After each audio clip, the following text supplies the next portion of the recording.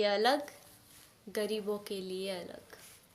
अमीरों के लिए प्राइवेट स्कूल, गरीबों के लिए सरकारी स्कूल।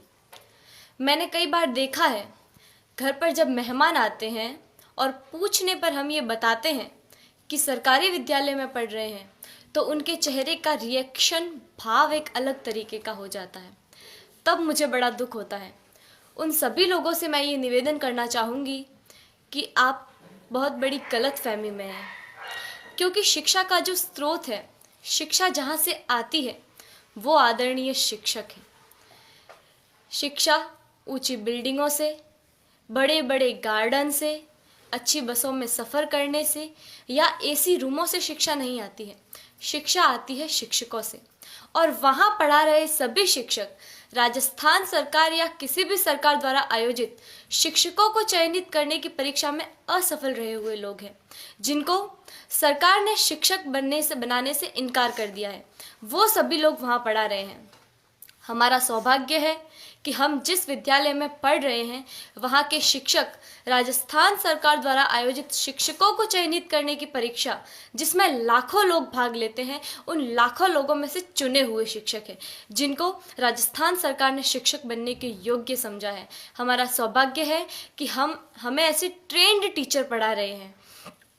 मुझे गर्व है कि हम अच्छे हाथों में हैं। मेरे दादो सा आदरणीय जय सिंह जी देवल यहाँ विराजे हुए हैं, जो मुझे कभी कभी एक बात कहते हैं कि जितने भी आईएएस, आरएएस या सरकार के किसी भी उच्च पद पर लगे हुए ऑफिसरों में से ज़्यादातर ऑफिसर्स सरकारी विद्यालयों में पढ़े हुए हैं और सरकारी विद्यालयों से ही उत्तीर्ण हुए हैं। वर्तमान में एक डॉक्टर, एक इंजीनियर, एक वकील, एक बिजनेसमैन, यहाँ तक कि इन विद्यालयों में पढ़ा रहे शिक्षक भी अपने बच्चों को सरकारी विद्यालयों में पढ़ाना नहीं चाहते हैं। आखिर क्या कारण है? इसका कारण है संसाधनों का अभाव। मैं आप गांव वालों से भी एक निवेदन करना चाहूँगी कि कहीं कोई गरबा हो, गणेश चतुर्थी हो, कोई आयोजन हो, कोई ऑर्केस्ट्रा हो या कहीं धरना देना हो, तो आप लोग हज़ारों की संख्या में पहुंच जाते हैं और हज़ारों की तादाद में रुपया खर्च करते हैं, लेकिन इस विद्यालय की तरफ कभी किसी ने झांक कर नहीं देखा। इस विद्यालय की ओर देखने का किसी को भी समय नहीं है।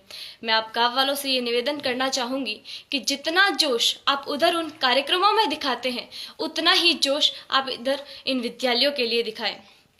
भविष्य में संजोगवश हम सरकारी विद्यालयों में पढ़ रहे छात्रों में से कोई प्रधानमंत्री या और कुछ बन गया, तो सबसे पहले तो हम ये कोशिश करेंगे कि भारत की